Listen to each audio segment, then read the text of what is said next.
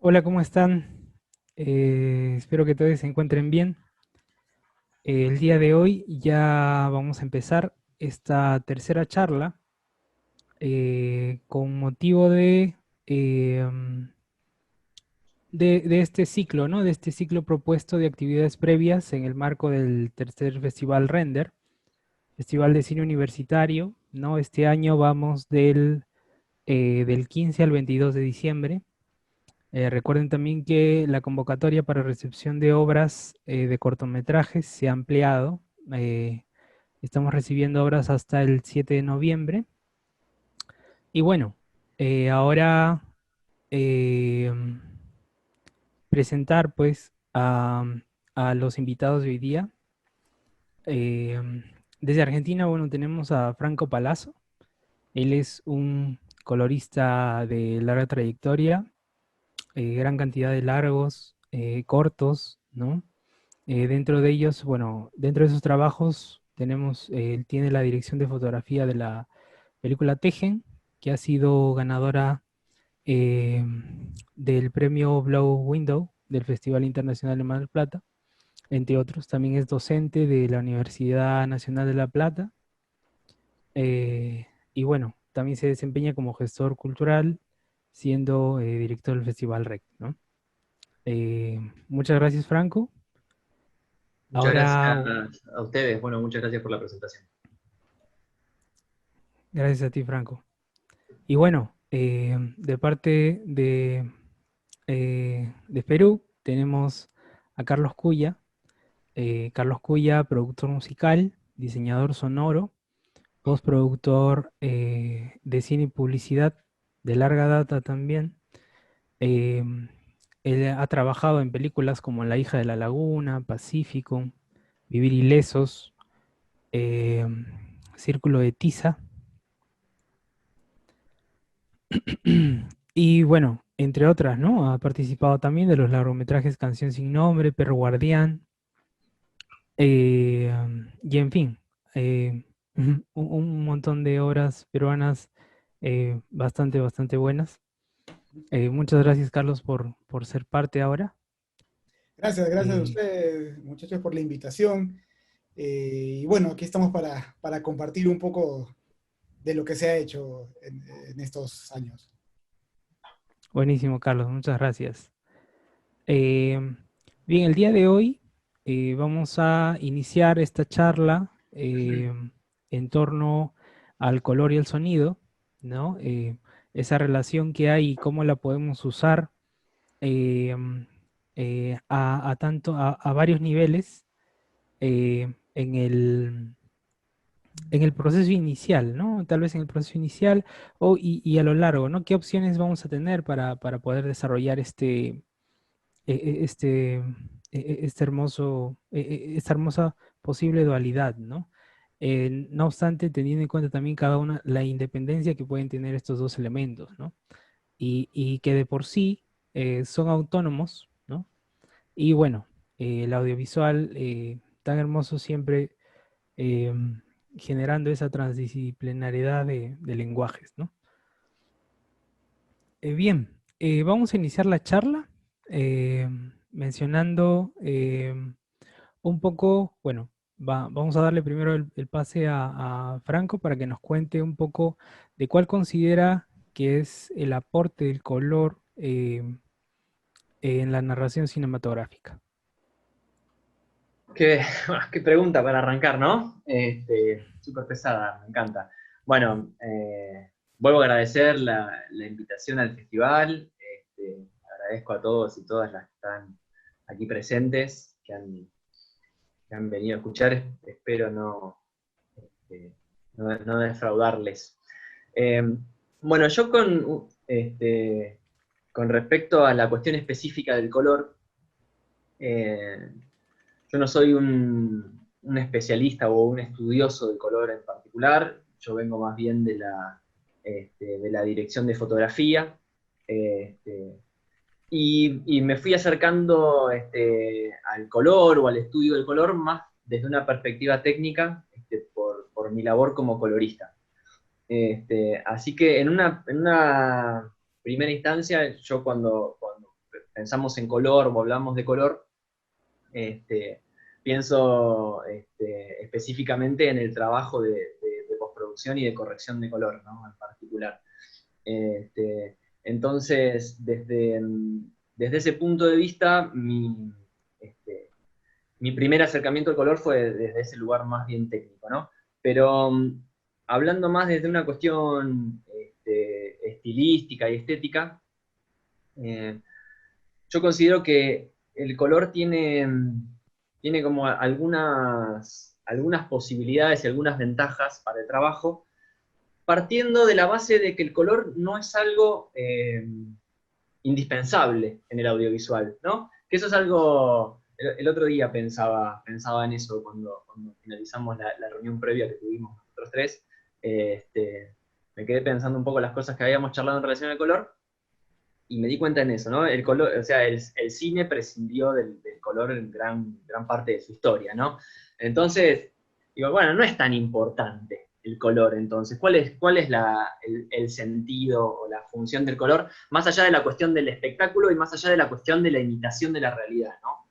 Que pareciera que en la historia del cine un aspecto bastante importante ha sido imitar con la mayor fidelidad posible la realidad, ¿no? También desde una perspectiva técnica más bien. Y me parece que en ese sentido la ventaja del color, al no ser algo fundamental para el audiovisual, es que tiene muchísimas más libertades, ¿no? Es un aspecto del audiovisual que se puede tomar muchas más libertades justamente por no ser algo central o indispensable.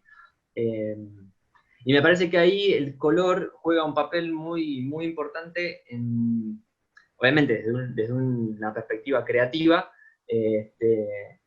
en las decisiones que los directores de arte, directores de fotografía pueden tomar a la hora de pensar cómo van a representar las realidades, ¿no?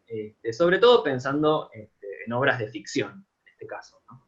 En situaciones donde uno puede tener como algún control o alguna incidencia sobre el diseño del color. Entonces, me parece que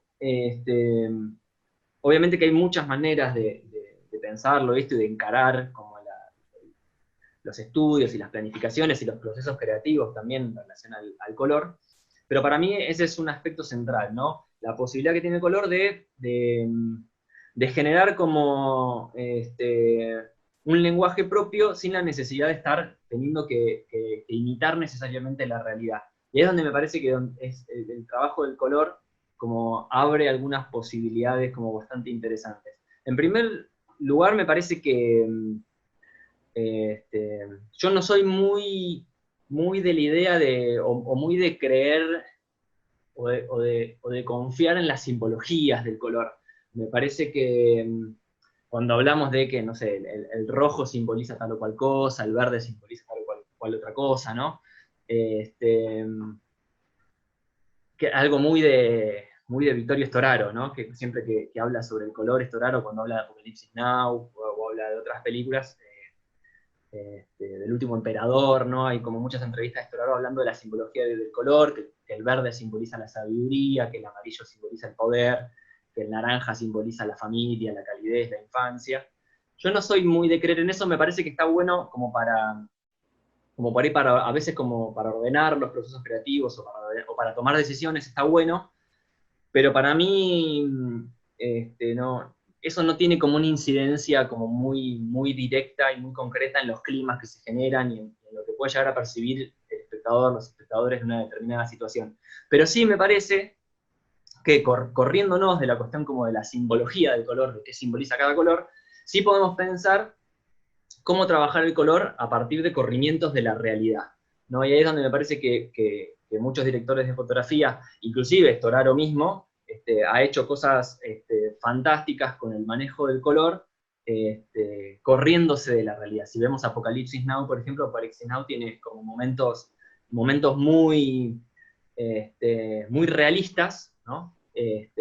Y momentos muy oníricos o muy corridos de la realidad. Y me parece que es en ese uso del color, más que en el uso del simbólico del color, donde el color puede tener como una importancia como trascendental en la narración. ¿no?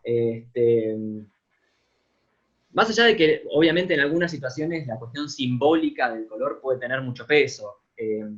Yo traje acá algunos ejemplos con los que me parecía que estaba bueno arrancar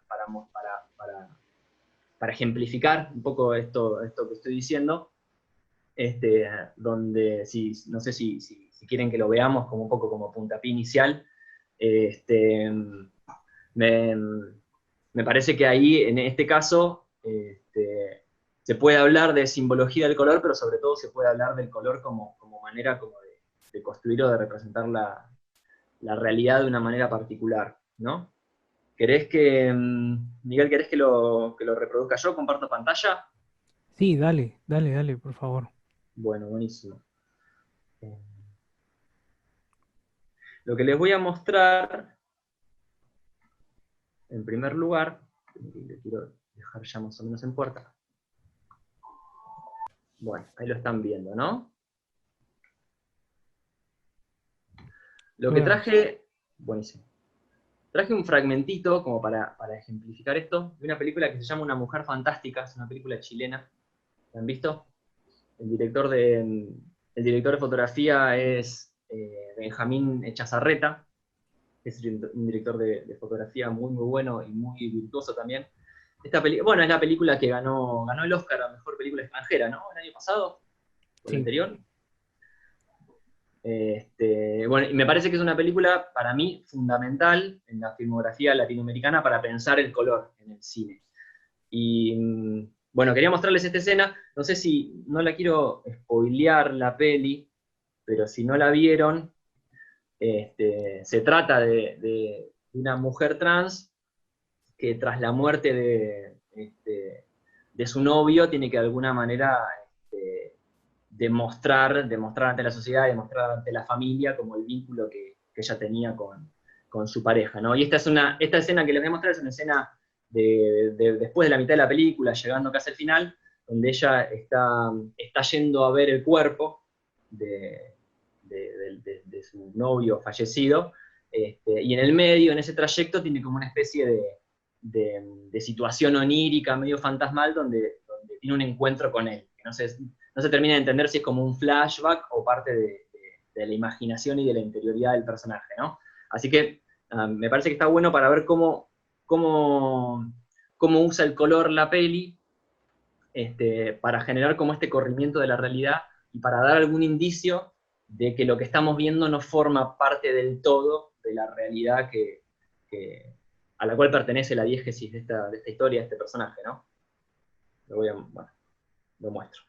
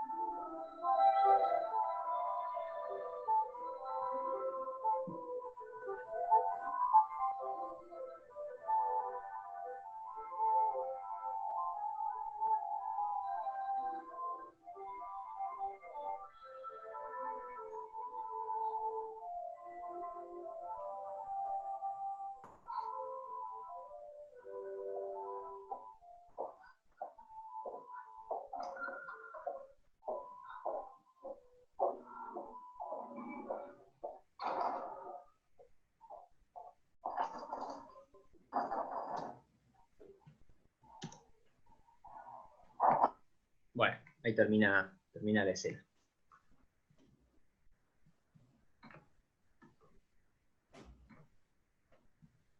¿Se vio bien? Sí. Llegó a ver ruido. Bueno, la película está llena de ejemplos como este, me parece que este es uno de los más significativos. Este, y me parece que es un buen ejemplo de eso, ¿no? Como sin dejar de ser una situación, digo, desde una perspectiva de la dirección de fotografía, sin dejar de ser, este, o de tener algún rasgo de realismo, claramente esa situación del color rojo, de esa luz roja, como que nos está indicando, nos está dando un indicio de que la realidad que está viviendo el personaje ya no es la realidad tal cual es, sino que hay como una carga de su interioridad que, bueno, que está representada con el color rojo, ¿no? A este personaje que ya no está, que falleció, también solamente lo vemos bañado en color rojo. Este, y, y me parece que el color tiene como esa particularidad, de que nos permite generar climas y generar situaciones que podemos justificar a veces desde la dirección de arte o desde algunos recursos entre la elección de las luces en cuadro o de las mismas locaciones que elegimos, donde el color puede tener un peso trascendental.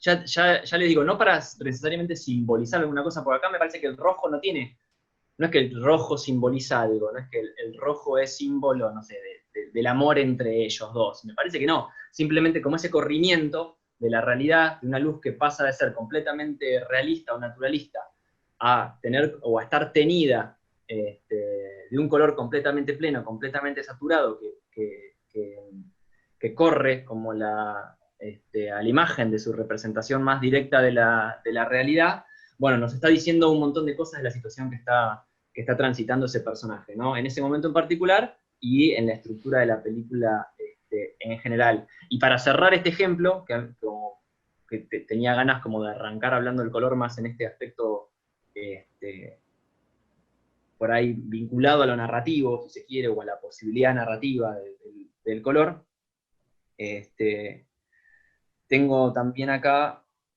perdón, voy a compartirles pantalla de vuelta y ya termino. Tengo un fragmento de una entrevista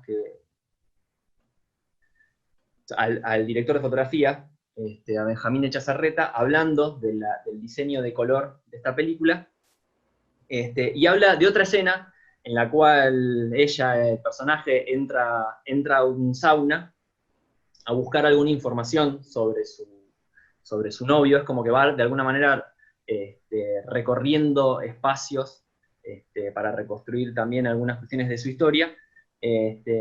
Y Benjamín Echazarreta, el director de fotografía, dice lo siguiente: cuando Marina entra a la sección de hombres del sauna, debe disfrazarse, despojándose de su identidad, cambiando de piel, transformándose de mujer a hombre y viceversa. Entonces, todos esos colores que viajaban de un lado a otro me parecieron muy útiles para reflejar su viaje interior, ¿no? Eh, Acá sí es una escena, bueno, acá se llegan a ver algunos fotogramas de la escena. A medida que ella va caminando, el color va transformándose de luz, ¿no? De color, perdón. Como esas luces LED, vieron que van cambiando de color, paulatinamente van como girando sobre el círculo cromático. Bueno, utiliza este recurso, que acá sí no tiene nada que ver con la realidad de la situación, pero sin embargo genera esta especie como de situación onírica, que si bien no deja de ser interpretada como una situación real que está transitando el personaje en la película, nos propone también eso, como darnos cuenta o entender que el personaje está transitando por un viaje interior a medida que la realidad se va transformando gracias al uso del color. Y me parece que, como para cerrar esta idea, el color tiene como esa gran posibilidad o gran ventaja en términos narrativos, que uno lo puede manipular de manera como incluso completamente caprichosa y de manera muy sencilla, y puede generar realidades completamente distintas a partir del uso de los colores en el cine. Eso es lo que me parece más importante, y que el color justamente es uno de los recursos de la fotografía que más nos permite corrernos de la representación real de las cosas, ¿no? Buenísimo, Franco. Bien, bien. Y bueno, Carlos, entonces, bueno, haciendo un símil, mm, eh, ¿cómo considerarías el aporte del sonido en la narración cinematográfica? El aporte de sonido es importantísimo en lo que es la producción, porque te va a contar, te va a contar parte de la historia, si es que no,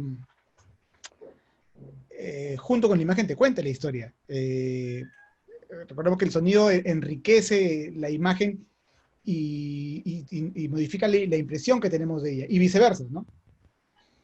Yo voy a tratar de contarles un poco con mi experiencia. Yo no soy muy teórico del asunto, pero voy a tratar de enseñarles algunos ejemplos y contarles algo de mi experiencia, pues, ¿no? Eh, en el caso, pues, mío me ha tocado ver, yo hago bastante documental, tengo algunas ficciones, y me ha tocado tratar, pues, con películas, eh, por ejemplo, Sebastiana, que es una película de terror, donde con el sonido hemos llevado a los personajes pues a esta sensación de miedo, esta sensación de, de- de- de sentirse pues en un lugar eh, malo, digamos, ¿no? Eh, y no es lo mismo, por ejemplo, la vez pasada pensaba justamente en esto, eh, que esta escena en especial que está filmada en la misma locación, tiene en la película de terror, el sonido es terrorífico, justamente, pues, ¿no? ¿Cómo decirle? Y en otra película, como es, eh, ¿qué película? Déjame decirte, Rosa Mística, esta escena que está en la misma locación se torna más íntima del padre con la hija, pues, ¿no? Entonces voy a compartir pantalla para mostrártelo. Genial. A ver, ¿está viendo la pantalla? Sí, ¿no? Sí, sí lo vemos. Déjame buscarla.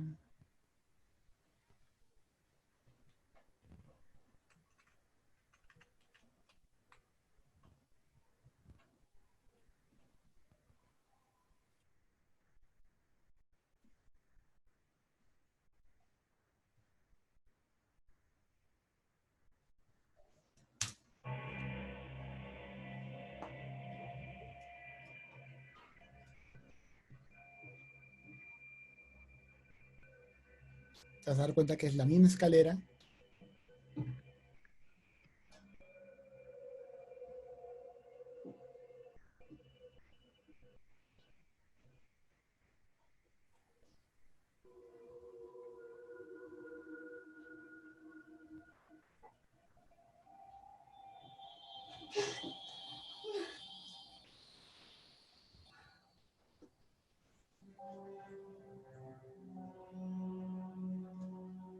¿No? Entonces aquí te da la sensación de miedo, de que algo va a pasar, de que hay algo en ese lugar y vamos a compararlo con...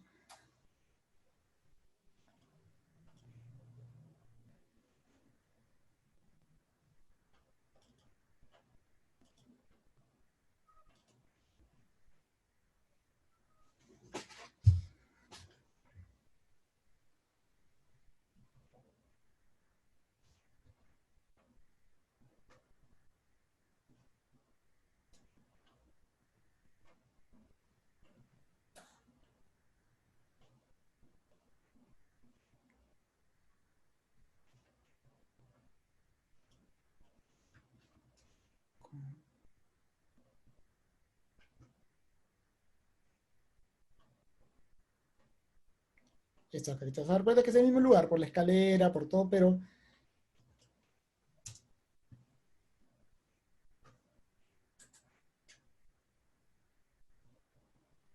A ver, dame un segundito.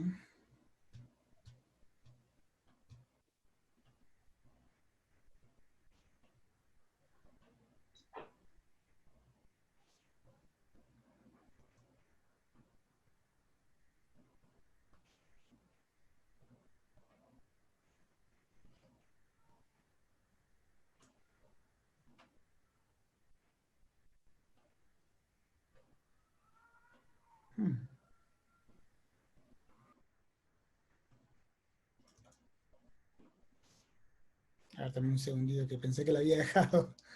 Pensé que la había dejado lista, pero no.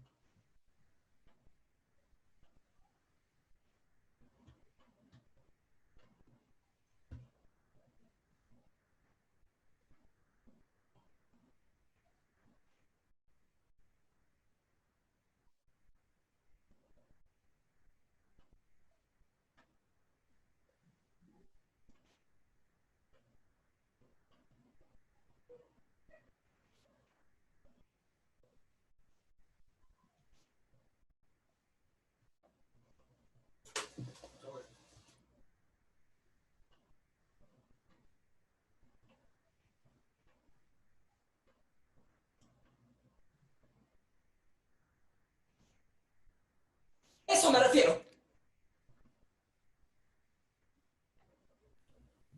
Ahí lo tenemos. Ujú.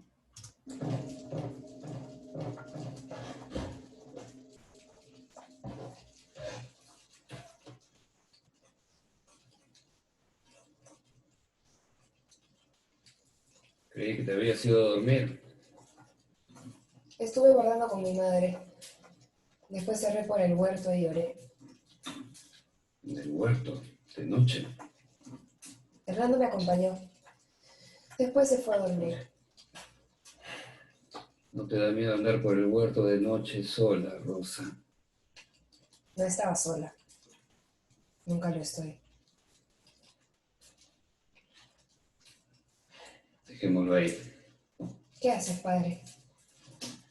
Purifico metales. ¿Cómo? Toda materia llega impura a este mundo. Pero Dios nos ha dado la posibilidad y las herramientas para purificarlas. La purificación lleva la materia a su forma más pura. En el caso de los metales, lo lleva al oro, el metal más puro.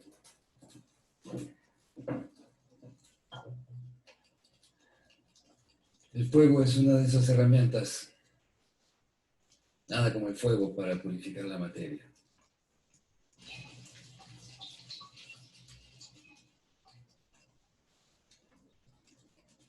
Ahora, anda a dormir.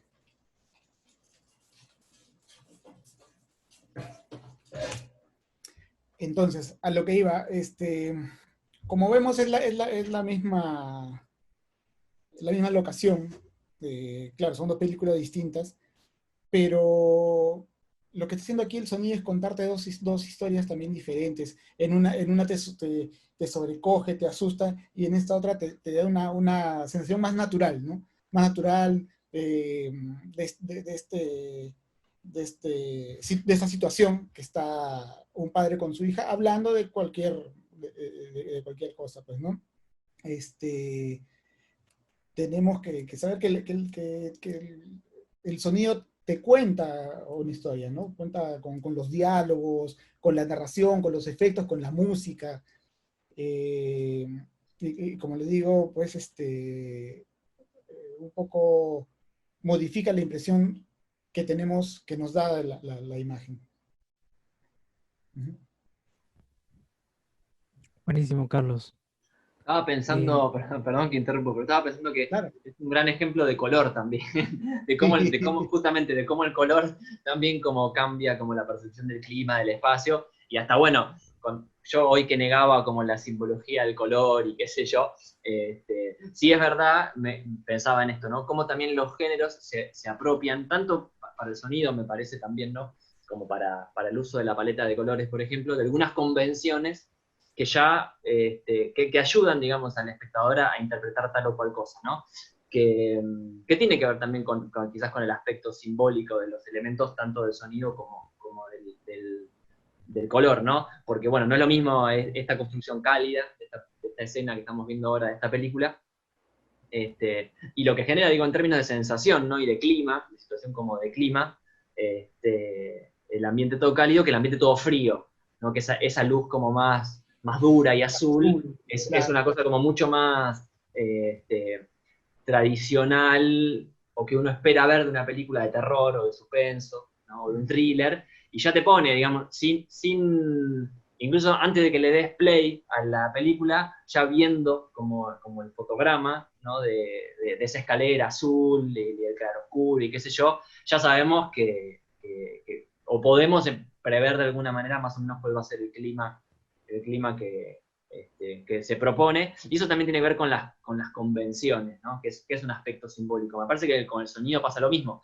Hay algunos sonidos, algunos timbres o algunos climas que uno puede utilizar, me imagino, ahí sabrás mejor vos, lo que puedes utilizar, y que ya con un instante de escuchar ese sonido, ya sabemos más o menos cuál es el clima de la escena. Pensaba eso, ¿no? Que por un lado podía ver la escena sin escucharla y entender un montón de cosas, y también podía escucharla sin verla y también entender un montón de cosas. Y eso tiene un poco que ver también, me parece que vamos a hablar como más adelante, pero de entre la relación como de ambos lenguajes, ¿no? Está bueno. Sí, sí, sí. Qué buenísimo ejemplo, Carlos. Muchas gracias. Hay, antes de seguir con la siguiente pregunta, ahí Diego Lazarte nos hizo una consulta. Recuerden que pueden hacer preguntas en cualquier momento. Este es un diálogo, ¿no? Este es una conversación. Y pueden poner Así las que, cámaras también, si quieren, ¿no? y sí, sí, si pueden poner las cámaras igual, para sentirnos más en compañía. Sí. Am, sí, bueno, Diego Lazarte nos dice si recomendarían luces de colores antes que la colorización en post. Em,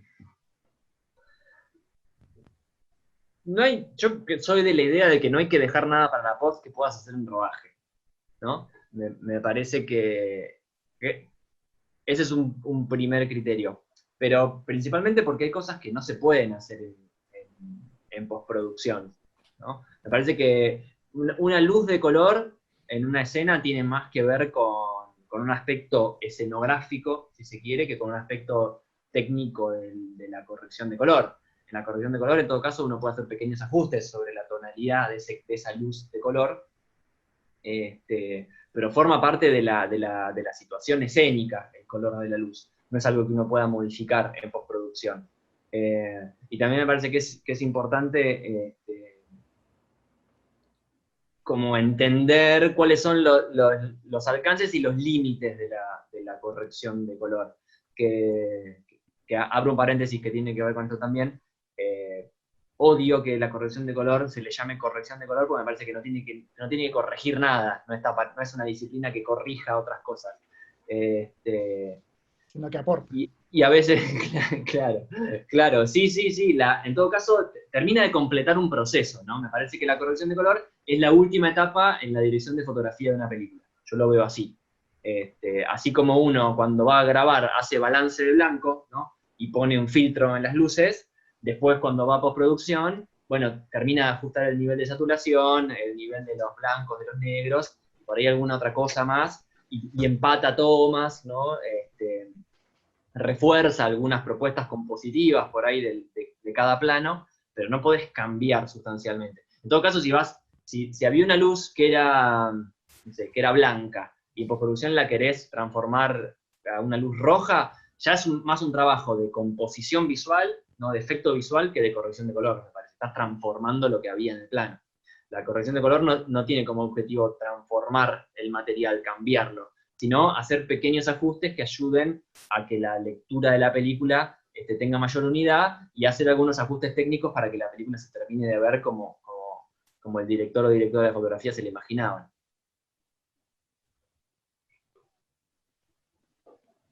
Buenísimo, Franco, muchas gracias. Eh, Tenemos otra pregunta. Eh, Carlos, nos preguntan un poco sobre la reverberación. Ujú. Arnold Bazán nos dice si el efecto de reverberación en el sonido permite formar un clima más esotérico. Sí, depende en realidad de lo que tengas en imagen, ¿no? Y hay muchas herramientas con las que uno puede lograr un clima esotérico, o no sé, pues, por ejemplo, las frecuencias graves, se relaciona más con lo esotérico, con lo que no conoces, ¿no? En la música con ciertos acordes, acordes disonantes. Entonces, no solamente es la reverberación, sí puede servir en algún momento. Eh, en el ejemplo de, por ejemplo, de Sebastiana, que les mostré hace un momento, no tenía una reverberación, era más bien una reverberación propia del cuarto. Y si por ahí yo tenía que haberle aumentado reverberación, iba a ser más bien algo más natural, más natural, ¿no? De repente en algún momento se le puede poner una revelación. La imagen siempre te va a mandar, pues, ¿no? Si es que va o no va. Sí es una herramienta, sí es válido, pero hay otras herramientas más, como te comentaba. Buenísimo, Carlos. Bien. El otro punto era cómo consideran la relación que hay con el director o directora de la película desde su experiencia, ¿no? ¿Cómo ha sido el diálogo dentro de cada uno de los lenguajes? ¿Y cómo creen que debería ser? O sea, ¿cómo, sí, cómo manejan ese diálogo? O sea, ¿cómo aportan desde cada una de sus áreas? Hay que dialogar siempre con el Sí, empezamos director, con ¿no? Franco. O Es su con película, Carlos, sí. es su película. Entonces, Ok. en el caso, disculpa Franco, creo que me metí, creo que era tu turno. No, no, no, arrancamos, Dale, dale. arrancamos mejor. Este, yo sé la idea de siempre conversar con el director, ¿no? Como te digo, es su película, es lo que él quiere, y el director te puede dar libertad creativa, ¿no? Pero al final la última palabra siempre va a ser de él, ¿no? En el caso de sonido, no hay muchas películas, me parece, que tenga un director de sonido completo, ¿no? O sea, desde la grabación, desde el rodaje. Sí hay casos, pero creo que más son los que graba el sonidista y luego pasa a postproducción, que es otra persona, la conversación es diferente, ¿no? En mi caso, por ejemplo, te digo con Pacificum, con este documental, la película llegó a mí Ok. y no tenía casi nada de sonido. El 90% del sonido es de postproducción, ¿no? Porque yo en mi caso, si me hubieran dicho desde Wow. el principio o a cualquier otro sonista le hubieran dicho, oye, quiero que te hagas cargo del sonido, estoy seguro que hubiera empezado desde ahí, ¿no? Desde la grabación, desde el rodaje. Este, y no es que no tenía sonido, no por eh, una mala dirección o un trabajo mal hecho, no, sino que habían tomas con drones, y obviamente tú grabas sonido en dron y lo que escuchas es la hélice, ¿no? Zzz, ¿no? Entonces, yo creo que con una buena dirección, con una conversación con el director, el director se no le hubiera dicho, no, yo estoy ahí, o el que está ahí conversó con él, y hay que grabar así, así, así, así, pues, ¿no? Entonces, es importante la, la- el diálogo con el director desde el principio del rodaje.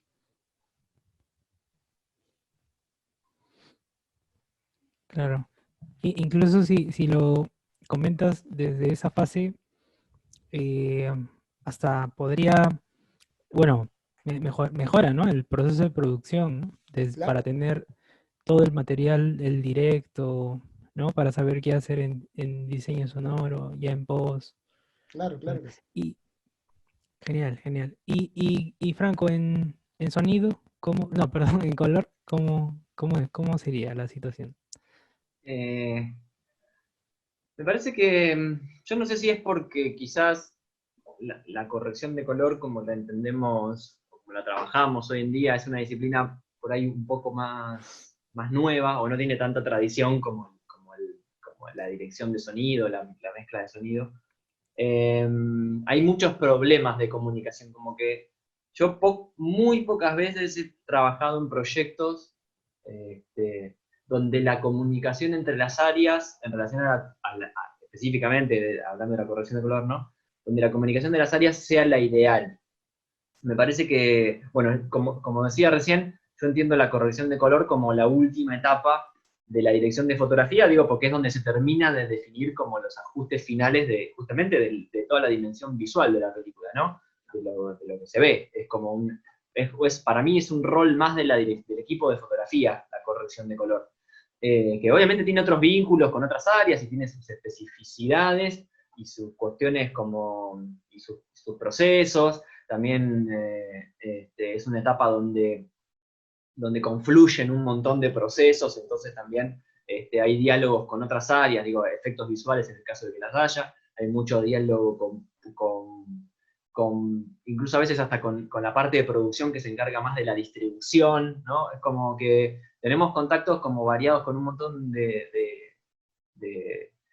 actores de la producción audiovisual, pero generalmente tenemos muy poco diálogo con el director de fotografía, que es para mí quien debería tener como la mayor incidencia en esta etapa. Eso es un problema, por lo menos acá en Argentina pasa eso, y me parece que en todos lados pasa más o menos lo mismo,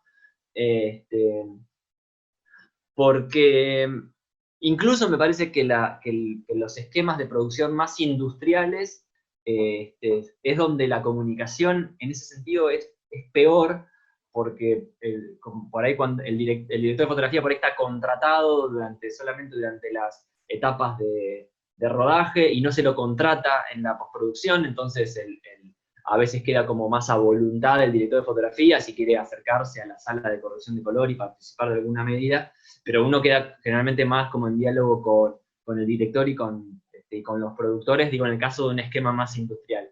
En el caso de un esquema por ahí más de una película más de bajo presupuesto, de un esquema más reducido, a veces hay mejor diálogo, suele haber mejor diálogo, porque a veces también porque hay otro compromiso más con el proyecto y con el proceso de trabajo. A mí lo que me pasa es que generalmente en la corrección de color estoy en diálogo con el director o directora de los proyectos. Eso me vine, en los últimos proyectos que estoy haciendo, de hecho, tuve muy poco diálogo con los directores y directoras de fotografía, y lo tuve en casi todos los casos porque yo pedí tenerlo también. Sobre todo en documental, obviamente en documental a veces ni siquiera sabes quién es el director de fotografía de un proyecto que estás corrigiendo, ¿no? Eso es bastante terrible. Pero suele pasar eso, me parece que hay menos diálogo que el que debería haber, sobre todo con la persona que diseñó bueno, la dimensión visual de la película. Después hay veces que eso está mejor o peor según cómo se dieron como digamos, las esquemas de trabajo hacia dentro del proyecto, ¿no? A veces está bien hablar solamente con el director, a veces el director tiene como una idea muy clara de lo que quiere, entonces no hace falta hablar con nadie más. A veces también la corrección de color, sobre todo en documentales, más que nada en documentales, es una instancia casi exclusivamente técnica, donde prácticamente no hay como demasiado margen para la creatividad, digo, para hacer transformaciones que cambien el espíritu de la imagen, porque en el documental el sentido es que la imagen se vea como lo más realista posible, lo más natural posible. Entonces eso, cuando haces la premisa, el trabajo es más bien técnico, porque uno ya sabe más o menos cuáles son las estrategias y los procesos para que la imagen se parezca lo más posible a la realidad y se sienta menos la presencia como del dispositivo. Entonces ahí el trabajo es más técnico y ahí a veces ni hace falta como dialogar con nadie, digamos. Uno hace como empata tomas, neutraliza, qué sé yo. A veces, no sé, te pasa que decís, bueno, a esta secuencia me parece que por ahí está bueno hacerla más cálida para separar un poco de las otras secuencias, pero uno propone algunas cosas, también a veces uno propone cosas solamente para sentirse que está proponiendo, ¿no? Porque son cosas que tampoco tienen tanta incidencia, pero bueno, te hacen sentir como que estás tomando decisiones creativas. Generalmente en documental pasa eso, trato de por ahí se me ocurre alguna escena llevarla más hacia un clima más cálido, más frío, más contraste, menos contraste, como para generar variaciones que ayuden al ritmo general de la película, pero la verdad que en ese sentido el aporte de la corrección de color es muy, muy chiquito, por lo menos si lo comparamos con el sonido, o con el montaje, o con otras cosas mucho más importantes, ¿no? Una cosa, para terminar con esto, yo sí creo que hay un aspecto que está como muy mal trabajado en todos los esquemas de producción, que es como el diálogo transversal con toda la gente que se encarga del diseño del color. Porque yo, por ejemplo, jamás tuve ningún encuentro con un director de arte en la instancia de corrección de color. Y sin embargo, los directores o directoras de arte son quienes diseñan en gran medida, en mayor medida, el color de una película, ¿no? Y hasta te diría las claves tonales y los climas de los espacios y demás. Y sin embargo, no es algo que me haya pasado nunca, que un director de arte o directora de arte quiera ver cómo se está viendo la escenografía que diseñó en la postproducción. ¿No? No me pasó jamás eso.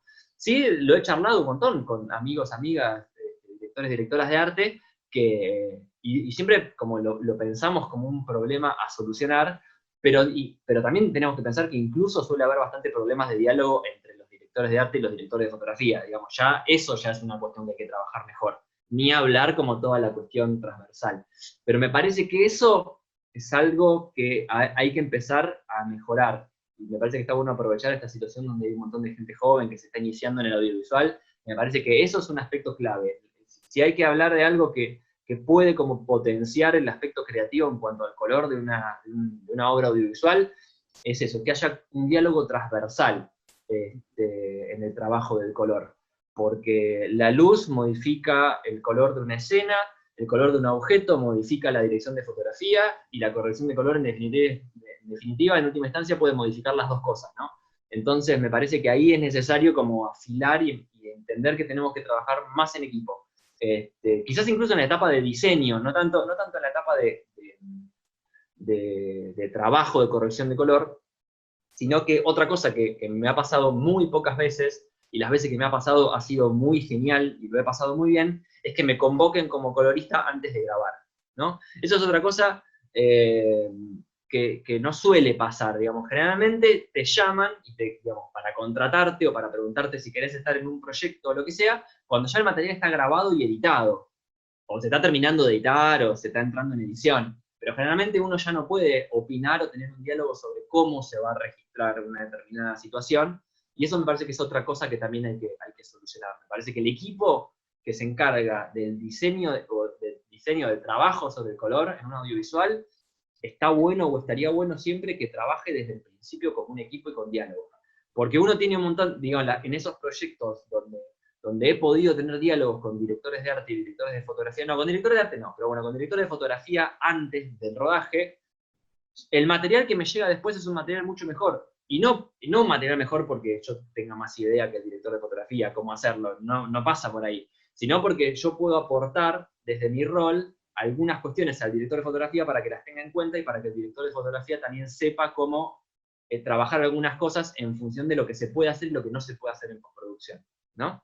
Y a veces, aunque el director de fotografía tenga muchísimos conocimientos técnicos, hay cosas que uno desde la experiencia del hacer puede sugerir según qué cámara vaya a usar, cómo la configuró, cómo exponer una escena o alguna sugerencia sobre cómo exponer una escena para que después le podamos hacer tal o cual proceso en postproducción, cosas como muy sutiles, pero que mejoran un montón el resultado final. Me parece que en ese sentido, bueno, hablo más de lo que debería ser que de lo que es, ¿no? Me parece que esas son cosas que hay que seguir trabajando un montón.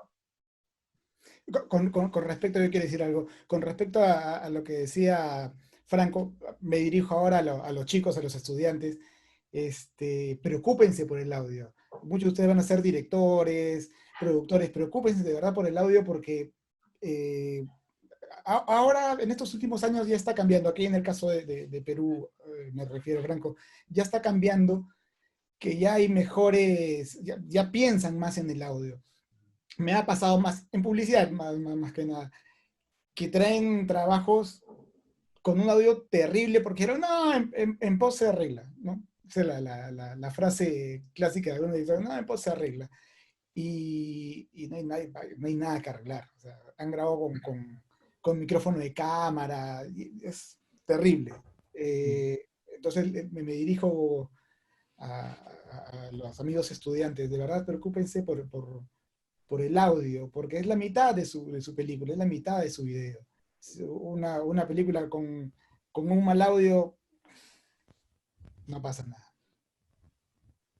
Bueno, y ahí también fundamental el trabajo, me voy un rol hacia atrás, a la instancia de rodaje, y también ahí es fundamental el diálogo entre el sonido y la dirección de fotografía en la planificación para no tener choques en el rodaje, ¿no? Y después una cosa que yo me pongo acá del lado del compañero sonidista, por favor lleven a los sonidistas a los scouting cuando vayan a buscar locaciones, ¿no? Eso. Nada, te estoy haciendo un favor ahí, pero no puede ser, digo, no puede ser que se haga un scouting y se invite al director de fotografía, al director, el productor y no vaya el sonidista, ¿no? ¿Cómo puede ser? Y después llega a la locación y Con tiene un camiones sonando sonidista al atrás. lado o lo que sea, y nos perjudica a todos, digo, porque no es una cuestión.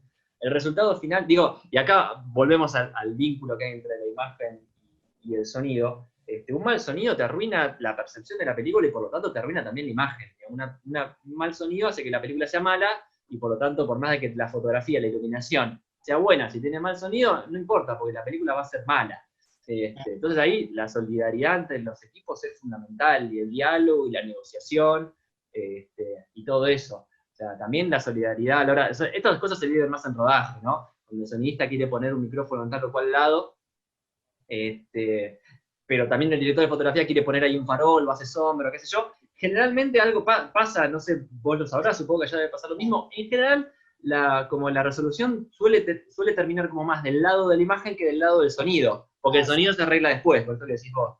Y no es así, me parece que tenemos, digo, pensándolo desde la dirección de fotografía, algo fundamental es ceder y entender que lo que está haciendo el otro compañero, no solo el sonido, los otros roles también, es igual de importante que lo nuestro. Incluso hasta me parece que lo más saludable es pensar que lo que está haciendo el otro es más importante que lo que está haciendo uno, porque eso termina haciendo que la película sea siempre la mejor película posible. Claro, por supuesto. Y justo hablando ya de ese tema, a veces, tal vez en un documental, ¿no? Donde no necesariamente vas a tener el total control de la situación. Entonces, sucede que a veces nos topamos con diferentes formatos de grabación, tanto en video como en audio, ¿no? A veces tenemos, no sé, tenemos que grabar con el celular. Si estamos haciendo otro tipo de obra, trabajamos con una película digitalizada, ¿no? En sonido también, de pronto eh, tenemos que tener una grabadora, no sé, media trucha. eh, y es una situación que de pronto escapa un poco a lo que el realizador puede hacer, ¿no? Entonces, en ese sentido, ¿cómo podríamos lograr una consonancia entre diversos formatos de grabación eh, para los dos elementos y qué consideraciones tendríamos que tener en cuenta, aparte de las que han dicho ya, como bueno, la comunicación que es vital, para el trabajo con bajo presupuesto? En mi caso los formatos de audio no cambian mucho, siempre son o WAV o AIF.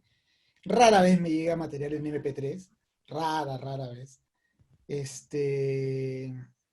Lo que sí son calidades de grabadora, ¿no?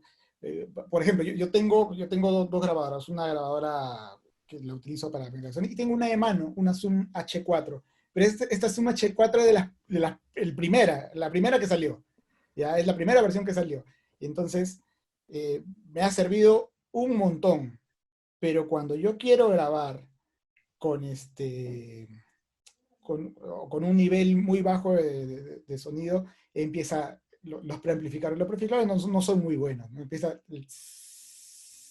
Si yo quiero grabar un diálogo, quiero grabar un ambiente ruidoso, no hay problema. Pero si quiero grabar un ambiente como me ha pasado, que estuve en la Sierra de Lima y tenía pues esta laguna impresionante, preciosa, con los cerros a los costados, y el sonido, que es un sonido muy, muy, muy raro a 3000 y pico metros de altura, pues, ¿no? Hasta más, no me acuerdo cuánto exactamente era. Y con el clima frío, en el que tú escuchas escuchas nada, y por ahí unos pajaritos que están dando vueltas, que tú escuchas por ahí. Es un sonido muy, muy bonito. Yo dije, lo grabo con mi Zoom H4. Puro gis. Entonces no me sirve, no me sirvió. Si hubiera tenido una grabadora mejor en ese momento, yo te aseguro que lo hubiera podido usar, ¿no? Bueno, eso es. Claro, claro, en ese sentido entonces de pronto sería prepararse, ¿no? Para la situación, ¿no? Porque, claro, si de pronto estás grabando una protesta, sí te puede servir hasta un celular, ¿no? Porque todo es bulla, de pronto quieres grabar algo o sea, algo sin mucha dinámica, ¿no? Como Eh, en formato no hay ningún problema, porque el WAV y el AIF los conviertes y no hay pérdida. Pero ok, en caso de hardware sí, pues, ¿no? En caso de grabadoras, de este tipo de cosas, sí hay una diferencia. Eh,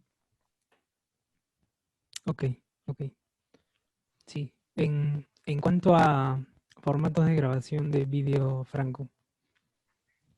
Em, me quedé pensando en lo que decía Carlos. Me parece re interesante que en el caso de la imagen pues, se puede abordar distinto. Yo creo que en el sonido es verdad que la calidad del material es fundamental y no se puede negociar. El material tiene que tener buena calidad de registro siempre. Me parece que no existe una propuesta estética o una propuesta estilística donde el sonido se escuche mal, ¿no? Eso no es posible, o por lo menos no puedo pensar algún ejemplo donde eso sea así, más allá de experiencias más del orden de lo experimental, quizás, ¿no? Pero en el caso de la imagen, yo creo que la gran ventaja que tenemos es que uno siempre puede pensar una propuesta en donde, desde una perspectiva de estética, ¿no? De la imagen, una propuesta donde la calidad del dispositivo que uno tiene se adapte al relato o a la propuesta estilística de lo que uno está trabajando. Obviamente, si estamos pensando en que, no sé, tenemos que salir a grabar un guión de una película de ciencia ficción para estrenarla en cine, bueno, a nadie se le va a ocurrir ir a grabarla con, no sé, con un celular, ¿no? Pero sí, lo que me parece interesante es partiendo de que está bueno pensar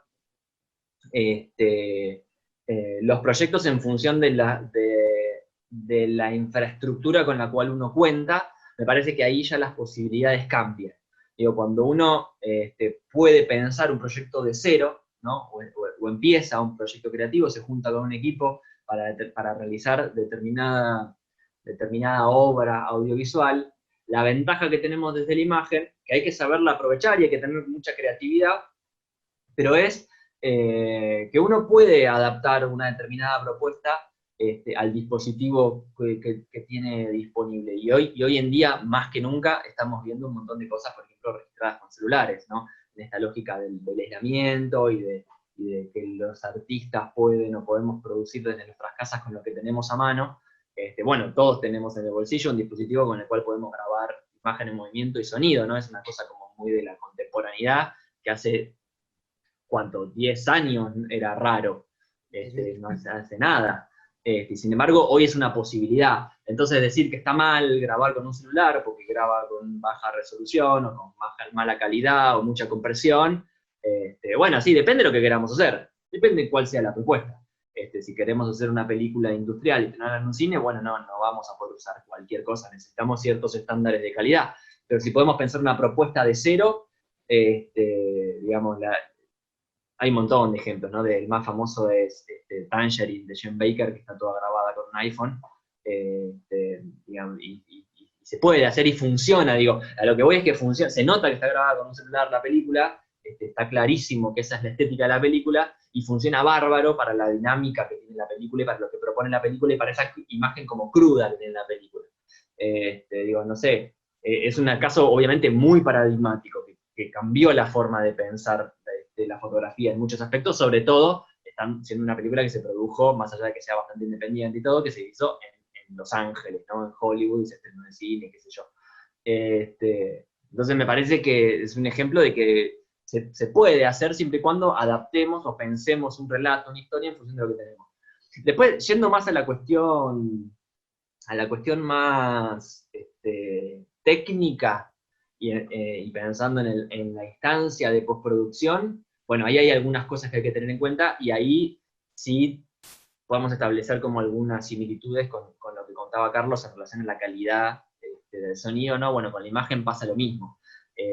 No son lo mismo los distintos formatos de la imagen, no te dan las mismas posibilidades. En el caso de la imagen digital, hay como varios aspectos que determinan la calidad de una imagen, que siempre es importante tener en cuenta y que te limitan o te posibilitan distintas cosas según cuál sea la calidad de cada uno de los aspectos. En general son, cuando uno habla de la calidad de imagen o la calidad de un archivo de cine digital, de imagen digital, hablamos en primer lugar de la resolución, ¿no? Es lo más común, ¿no? Lo primero que decimos, ¿qué hace que una imagen tenga más calidad? En general lo primero que pensamos es en la resolución, ¿no? Si es un estándar, HD, Full HD, 2K, 4K, 8K y todo eso, ¿no? Ahora salió una Blackmagic 12K que me parece que es casi un chiste, ¿no? Cosa rarísima.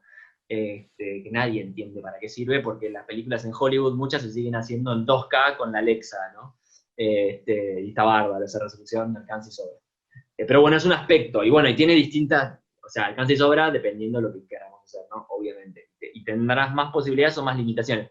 En el caso de la resolución, por ejemplo, lo más obvio es la imposibilidad de reencuadrar si no tiene una resolución baja. Bueno, en un caso extremo de que se vea incluso pixelado en imagen si la resolución es muy baja. Si uno tiene más resoluciones, más nivel de resolución, que en cine lo medimos así, por el ancho por el alto, en fotografía se mide en megapíxeles, pero es la misma cosa. Cuanto más megapíxeles tenga una imagen, cuanto más cantidad de píxeles tenga una imagen, bueno, más posibilidades voy a tener en cuanto al reencuadre. Una imagen con más resolución seguramente va a tener menos ruido también. Bueno, hay como distintas cuestiones. Después, otra cuestión que es fundamental en la corrección de color es la profundidad de bits, la profundidad de color, ¿no? Si una imagen es 8 bits, 10 bits, 12 bits, que ahí con el sonido pasa algo parecido también. Digamos, te determina como la posibilidad de jugar con ese rango dinámico, igual que como pasa con el sonido. Cuanta más profundidad de bits tengas en la imagen, más posibilidades digamos, tenemos de que el rango dinámico de la cámara responda mejor, y también tenemos más versatilidad al modificar las cuestiones que están vinculadas con el brillo y el contraste en postproducción. Cuanto más profundidad de bits en una imagen, más la podemos modificar en su contraste, ¿no? Podemos estirar el contraste, digamos, acentuar el contraste de la imagen, mucho más sin que esa imagen se rompa. En el caso de la profundidad de bit, lo que pasa cuando tenemos poca profundidad de bit, que seguramente lo han visto muchos, es el banding, ¿no? Se empiezan a ver como los diferentes escalones, como se nota la escalera de brillos, pasa mucho en los cielos, ¿no? Cuando uno graba un cielo con un degradé de color, por ejemplo, pero la cámara o el formato con el que está grabando tiene una profundidad de bits muy baja, vemos como las bandas, como los escalones distintos de brillo en la imagen. Bueno, eso lo evitamos con una mayor profundidad de bits. Y después está también, hay dos cuestiones más, una que es como muy específica, pero que es muy importante en la corrección de color, que es el muestreo de color, justamente. No sé si habrán escuchado hablar, si no, lo pueden googlear muy fácilmente, en Wikipedia está bastante bien explicado, lo que es el muestreo de color, el 444, 422, 420, 411, esas cosas. Bueno, básicamente tiene que ver con que para comprimir la imagen, para que la imagen pese menos, lo que se suele hacer es digamos, comprimir más el color que la luminosidad. porque el ojo humano percibe con mucho más detalle las diferencias de luminosidad que las diferencias de color. Entonces se comprime más el color que la luminosidad. Y eso es el famoso 444, 422, 420 y todo eso. 444 es cuando no se comprime nada el color. El color se graba todo tal cual es. Entonces, en ese caso, que suele ser, por ejemplo, cuando uno graba en RAW, suele grabar en 444, entonces ahí tenemos como muchas más posibilidades de saturar los colores, de tener colores más saturados, más vivos, de poder separarlos, de poder generar máscaras en postproducción y trabajar mejor con las máscaras. Por ejemplo, cuando uno quiere seleccionar la piel en postproducción para corregir solo la piel, o cuando uno tiene que hacer un croma, ¿no? En fondo verde, reemplazarlo, bueno, ahí es fundamental que ese archivo de video, como se grabó, tenga buen muestreo de color, ¿no? Que tenga una buena resolución de color. A veces se llama, en inglés se dice chroma subsampling, eso, ¿no? Y tiene que ver con eso. Y después, o algo que estamos como más acostumbrados a trabajar hoy en día, que es concretamente la compresión, los algoritmos de compresión, ¿no?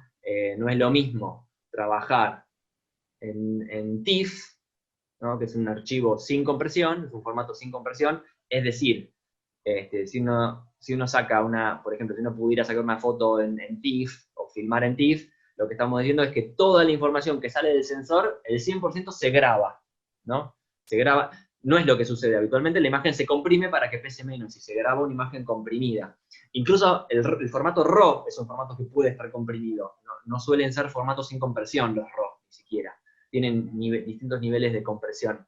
Y después, yendo como a los casos más extremos de compresiones, tenemos, por ejemplo, el H264, el H265, donde lo que se hacen es comparar los píxeles adentro de cada fotograma, y los píxeles que son más o menos parecidos se guardan con un mismo valor, y también se comparan los píxeles entre los distintos fotogramas, ¿no? Entonces, el algoritmo lo que hace es comparar determinada zona de la imagen con los fotogramas siguientes y los fotogramas anteriores, entonces la información que se repite no la guarda. Bueno, esas son estrategias que usan los algoritmos de compresión, por ejemplo el H264 o el H265, para que la imagen pese menos. Básicamente, cuanta menos información se guarda de una imagen, menos posibilidades de manipulación tiene esa imagen en postproducción. Esa es la regla general. Ahora, y con esto ya redondeo porque no me quiero poner muy técnico, no quiere decir que siempre sea mejor grabar con mayor calidad. Voy a dar un ejemplo que es una cosa como muy extrema, pero grafica un poco esto.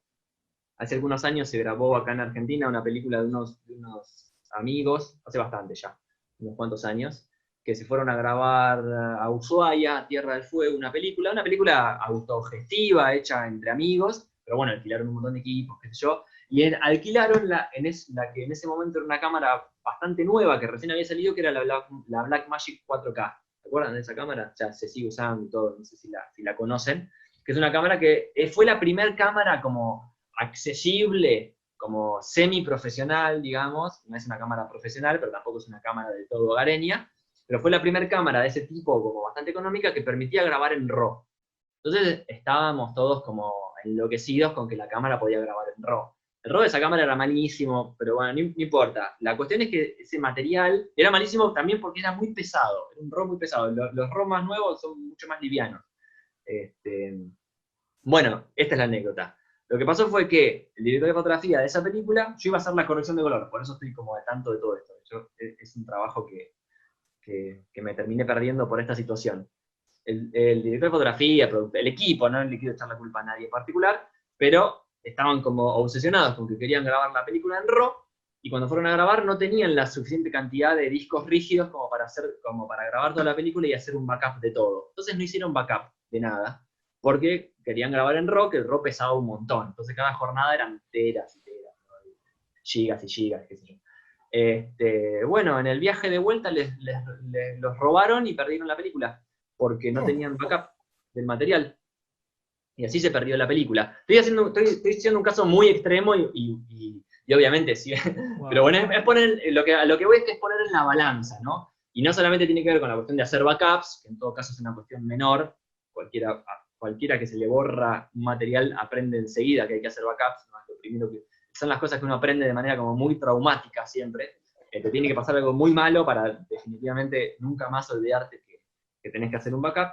Pero a veces pasa con eso, que se graba como de manera caprichosa algo en un formato como muy pesado, cuando no valía la pena tanto, cuando a lo mejor lo mismo se podía hacer en postproducción con un material un poco más liviano, no sé, en vez de 4.4, 4.2.2, en vez de 8K, grabar a 4K, en vez de grabar a 16 bits de profundidad de color, por ahí se puede grabar en 10 y está bien también.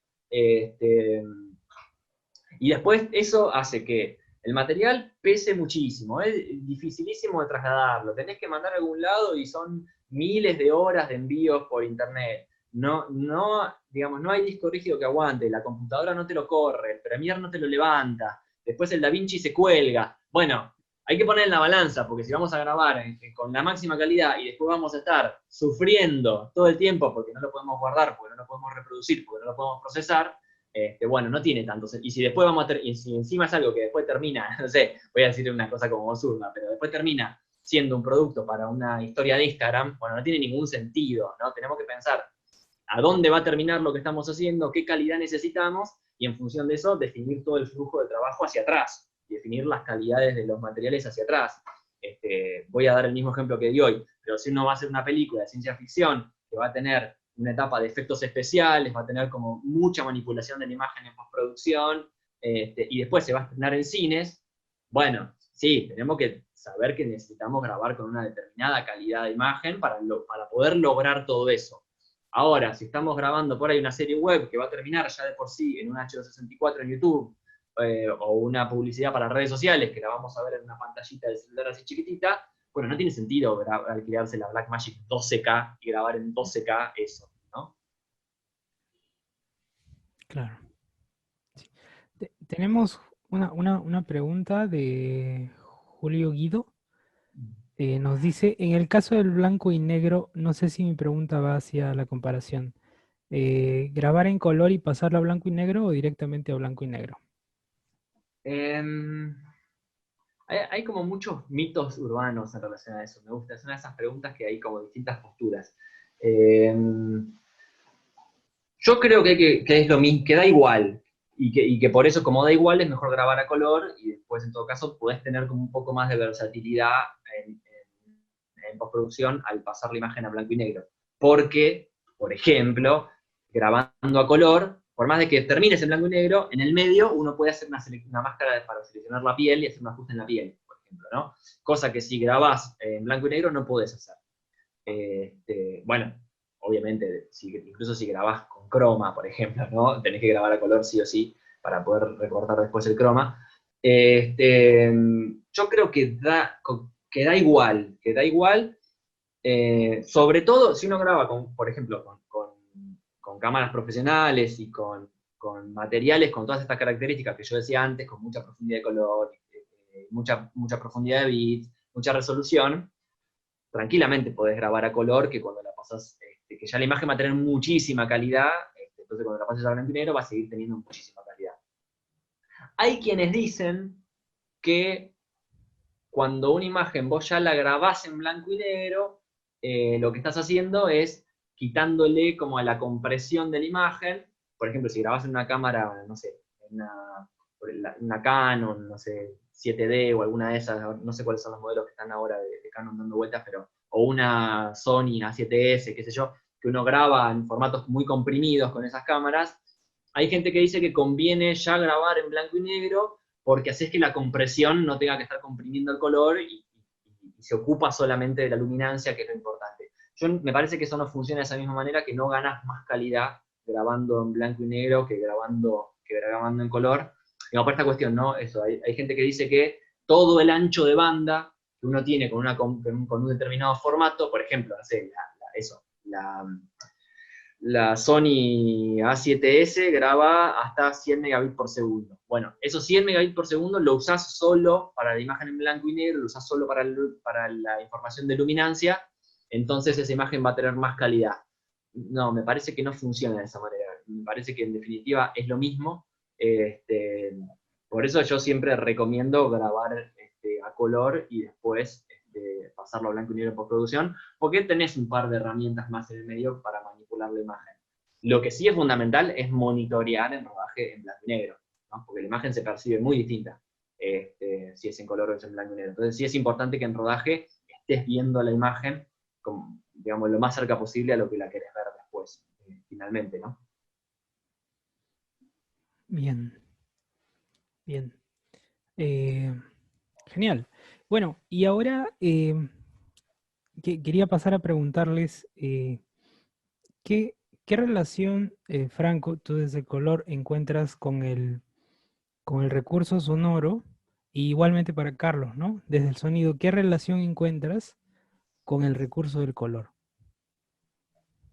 Eh, en mi caso, bueno, algunas cosas ya, por ahí ya algo dijimos, ¿no? Y creo que tiene Sí, que sí. ver con la generación de climas en las escenas. Me parece que ahí tanto el sonido como el color, o la imagen en general, ¿no?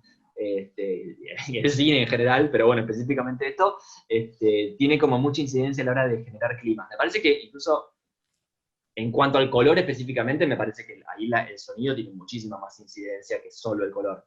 Digo, vuelvo a esta idea que decía al principio, que el color no es algo indispensable en una imagen cinematográfica.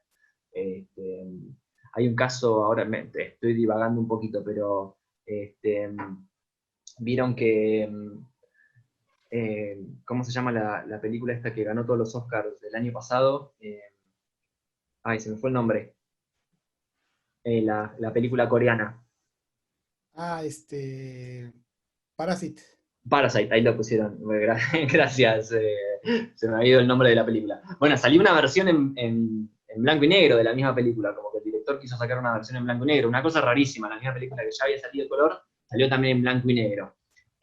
Bueno, habla de que no, digamos, no es tan importante el color en una película como lo es el sonido, ¿no? Pero sí puede tener una incidencia muy grande en función de las cosas que hemos venido hablando y los ejemplos, el ejemplo que les mostré al principio, por ejemplo, bueno, sí puede como generar, como ayudar un montón a la generación de climas y a generar indicios o a proponer realidades distintas, como corrimientos de la realidad, que bueno, pero que también se pueden hacer solamente con la iluminación, ¿no? En un punto. Pero bueno, el color es un aspecto más a la hora de eso, de construir climas y ritmos.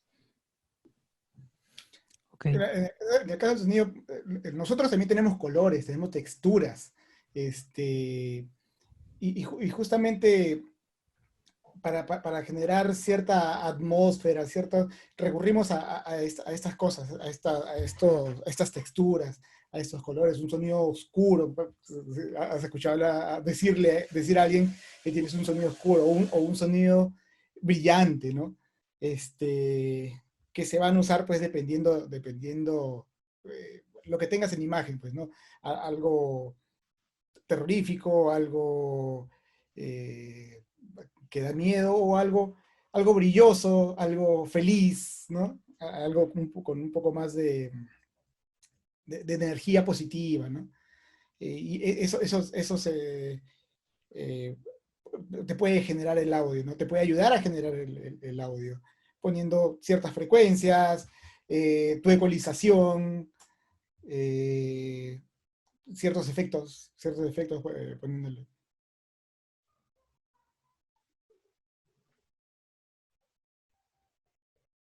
Miguel, ¿no te escuchamos? Estás muteado, Miguel. Gracias. Eh, bueno, son 8:30. Me encantaría poder continuar, pero bueno, eh, ya debemos ir cerrando. Solo quisiera de pronto, antes del comentario final de cada uno de ustedes, de pronto que nos puedan comentar algunas referencias audiovisuales o incluso desde otras disciplinas donde se pueda manejar esta relación de forma interesante, o tanto sea solo de color o sea de sonido, ¿no? Igualmente válidas. Eh, Igual siempre, esto, bueno, creo que mucho se ha hablado, me parece, este último mes en varios conversatorios sobre el tema de las referencias, pero creo que siempre es importante, ¿no? Desde la formación, eh, posicionarnos con cosas ya hechas y con algunos puntos de vista que nos puedan inspirar, ¿no?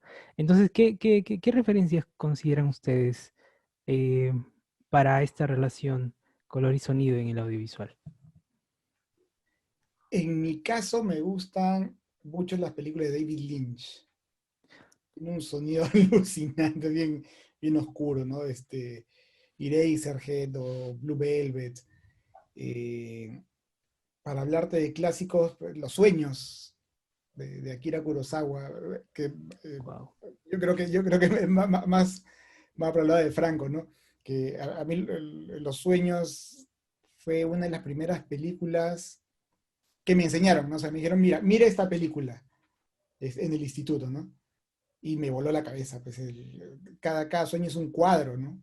Es un cuadro en movimiento y el sonido lo acompaña muy bien, muy bien. Es una película más que auditiva visual, me parece a mí. Y Apocalipsis Now, que es sonidazo, sonidazo tiene. De modernas, me gusta Gravity. Gravity me parece locazo el uso del silencio, ¿no? Que puede parecer muy simple, pero nadie nunca usó. O sea, el estar en el espacio no es como te lo pinta Star Wars o todas las otras películas de ciencia ficción que vas a escuchar todo, ¿no? Gravity te lo presentó tal cual, no vas a escuchar nada, ¿no? Porque no hay oxígeno, no hay modo de transmisión de ondas, ¿no? Me voló la cabeza, muy buena. Interestelar también. eh, ¿Cuál otra? Mira, ciencia ficción, Transformers. Qué pedazo de película. O sea, sonoramente es un chambón. O sea, yo escuchaba la película y decía, ¿cómo caray han hecho estos efectos, ¿no?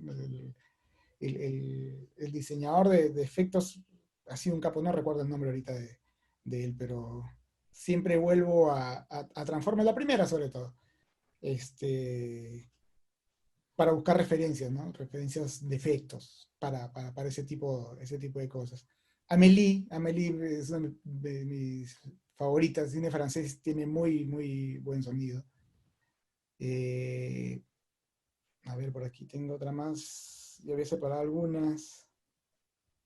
Mire, y en documentales hay un documental muy bueno que no sé si lo han visto, es Cuates de Australia, una mexicana de 2001, creo que no recuerdo bien, que tiene bonito sonido, un buen sonido para hacer un documental, ¿no? Generalmente el documental es un sonido más bien realista, ¿no? Tiene un sonido muy, muy bien hecho. Y realista no es nada hiperrealista como son las películas ahora, ¿no? Esas son mis. Ay, bueno, y peruanas, Rosa Chumbe, me gusta cómo suena. Rosa Chumbe, ¿cuál otra Claro. peruana? Ya me acordaré por ahí. Esas son. Gracias, Carlos. Franco. Em, Me parece que bueno, quiero responder la pregunta como con dos aristas distintas también, como aprovechando que eso que puede servir también como la sugerencia o los ejemplos a la gente que quizás que está empezando con esto. Yo creo, en primera instancia, que siempre está bueno siempre tener referencias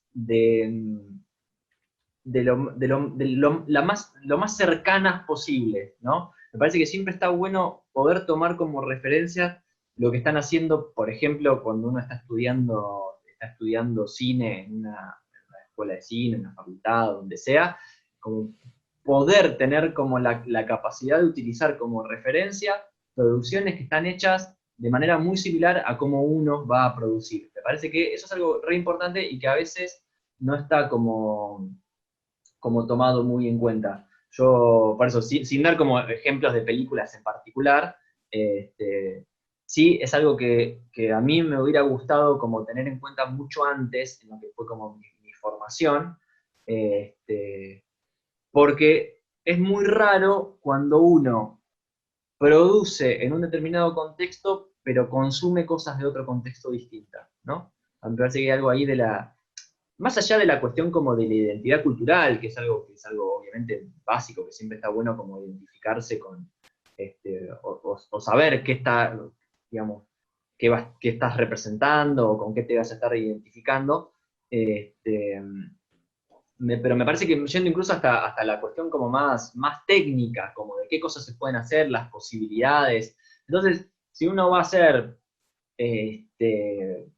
no sé, un cortometraje, un largometraje, de manera, por ejemplo, autogestiva, o con las cosas que uno tiene, o gracias a la ayuda de los amigos, bueno, está bueno no tener solamente como referencia películas de Hollywood, sino que me parece que es fundamental en esos casos tener como referencia películas que se hayan hecho con las mismas condiciones con las que uno va a trabajar. Eso es fundamental, ¿no? Porque si no uno entra como una especie como de contradicción también, y a veces también entra en procesos que te conducen como a la frustración. Pero yo tengo como referencia, no sé, Apocalipsis Now, o cosa que sí, la voy a mencionar después como mis referencias, obviamente, pero voy a trabajar con el celular y voy a grabar con lo que tengo a mano y con las luces, con las lamparitas de LED que encontré en mi casa, que me parece que es una manera súper válida de trabajar, pero bueno, hay que ver qué valor tiene esa referencia, entonces, ¿no? Y si esa referencia no me va a generar como frustración, o no me va a generar como alguna contradicción, o va a ser directamente una referencia que no voy a poder reproducir porque no tengo los mismos medios para reproducirla, ¿no? Eso es como una cosa como que me parece fundamental, siempre tratar de tener, y no lo digo en el aspecto del color específicamente, lo digo como en general, como una cuestión más política, si se quiere, ¿no? Que me parece que es importante.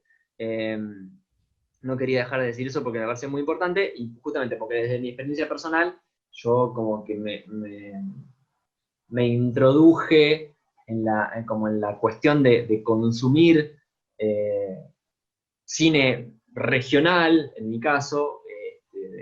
Yo vivo en La Plata, estoy en la Universidad de La Plata, y acá es una ciudad muy chiquitita, pero que tenemos, por ejemplo, más de 1.500 estudiantes de cine, una ciudad que es una ciudad muy chiquita, entonces se produce un montón, y bueno, y es muy raro que mucha gente produce acá, pero no consume lo que se hace acá, entonces es raro, ¿no? Porque ¿para quién producimos también, no? Si nosotros mismos no consumimos lo que hacemos. Perdón, me fui por las ramas, pero me parece como muy importante eso. Más que nada eso, para no frustrarse a la hora de querer hacer algo.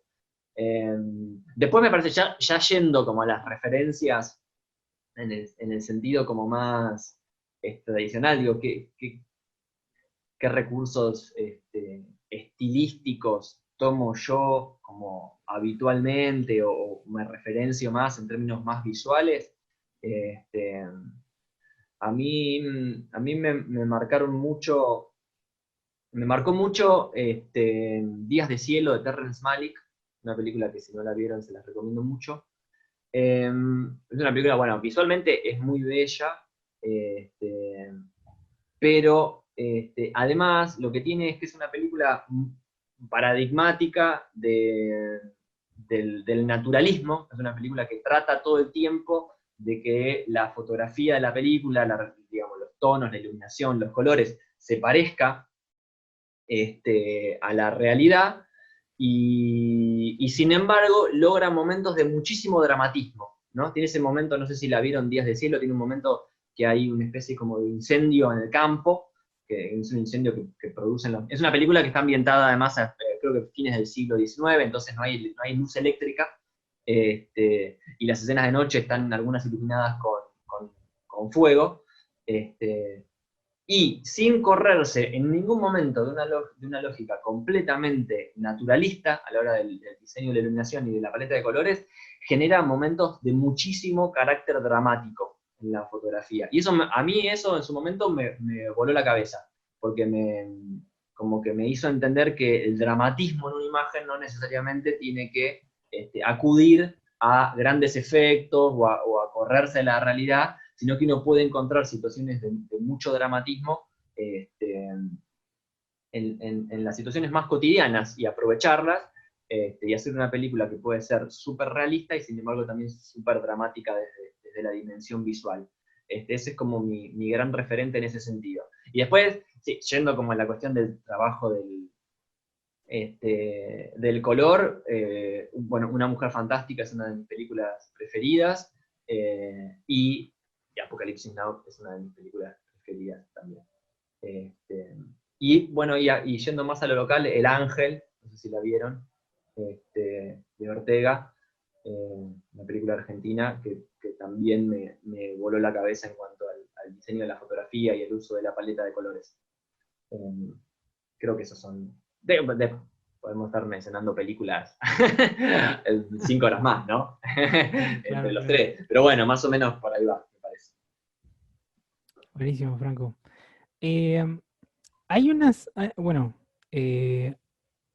no, nos pasamos con la hora un poquito, pero bueno, hay dos preguntas de Martín Sampaicen y Atello que nos hablan en caso, bueno, del color, pero en el caso de la animación y en la animación en stop motion, eh, ¿cómo se grabaría? Es la pregunta de Martín. ¿Cómo se graba en stop motion? Yo no soy un gran conocedor del stop motion. De hecho, me parece que nunca trabajé con una película stop motion, por lo menos haciendo corrección de color.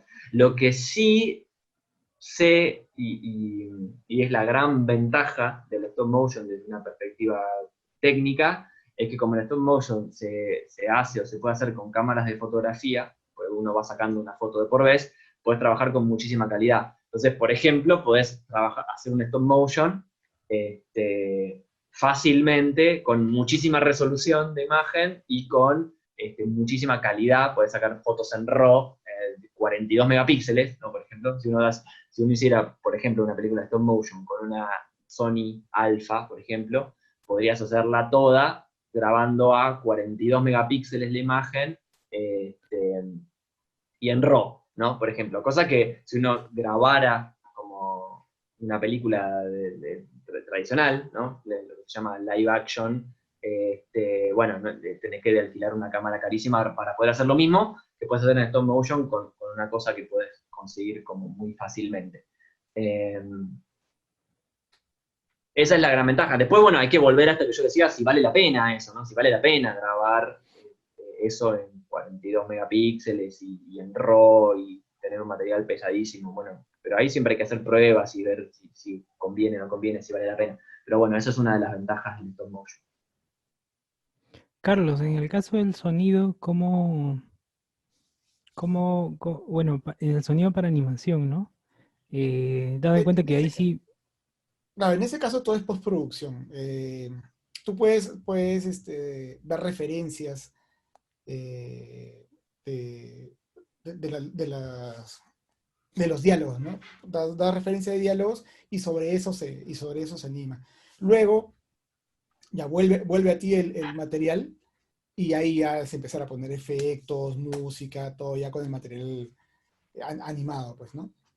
Lo único que sí tendría, pienso yo, es la voz. La voz es primordial para animar. ok, genial.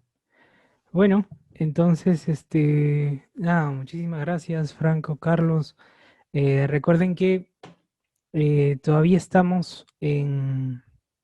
hemos ampliado la convocatoria, así que vamos a recibir obras bueno, obras hechas por universitarios hasta el 7 de noviembre, tanto en nuestra categoría de competencia nacional como en manifestaciones. Eh, y toda la información la pueden encontrar en festivalrender.com. Recuerden también que el festival se realiza en diciembre, del 15 al 22, y vamos a tener toda una gama de actividades en paralelo a las exhibiciones que tenemos, eh, actividades formativas, ¿no? Ya pronto les vamos a estar dando más información sobre eso. Sí, por favor les pediría que vayan prendiendo sus cámaras, por favor, para una fotito final, gracias a los que se han quedado. Ya es regularmente tarde. Eh, Lo que, bueno, y no sé si Franco Carlos tiene un comentario final. No, muchas gracias a ustedes por la invitación. Este, y aquí estamos cuando nos soliciten, pienso yo, Franco. Sí, sí, lo mismo digo, bueno, agradezco también que se hayan quedado, creo que se quedaron casi todos, ¿no? Durante todo el tiempo, estuvo buenísimo eso, y eso que la hicimos medio larga, yo a veces soy medio larguero para responder, doy muchas vueltas y y en general no termino respondiendo lo que me preguntan, así que bueno, agradezco que se hayan quedado y muchas gracias Miguel por la invitación. No, bueno, gracias a ustedes. El festival está sosteniéndose de este trabajo colaborativo, ¿no? Y es más o menos, bueno, lo que queremos en adelante. Y bueno, lo único que deseamos es que nos sigan acompañando en estas actividades, porque esto es solo para ustedes, ¿no? Así que bueno, muchas gracias. Por favor, si los que puedan, encender sus cámaras para poder tomarnos una foto final. Am, ahí nos escriben, gracias Mara. Anímense chicos, por favor. Siempre falla eso, siempre, a mí me pasa todo el tiempo, cuando doy clases también, nadie quiere prender las cámaras, no sé por qué pasa eso. Te sentís más como en un programa de radio, ¿viste? Sí, sí, más o menos. Como que, no, pero te ven, pero vos no lo ves, es una cosa muy rara. Sí, sí, sí. Bueno, dale, no, estamos bien. Entonces, dale, no hay ningún problema. Eh, Franco, Carlos, muchísimas gracias. Y ya nos estamos encontrando en diciembre, ¿no? Para las actividades que tengamos. Y bueno, hasta otra oportunidad. Gracias. Listo, gracias. Gracias. Chao Carlos, chao Miguel. Chao, Gracias, Franco. gracias. Hasta luego.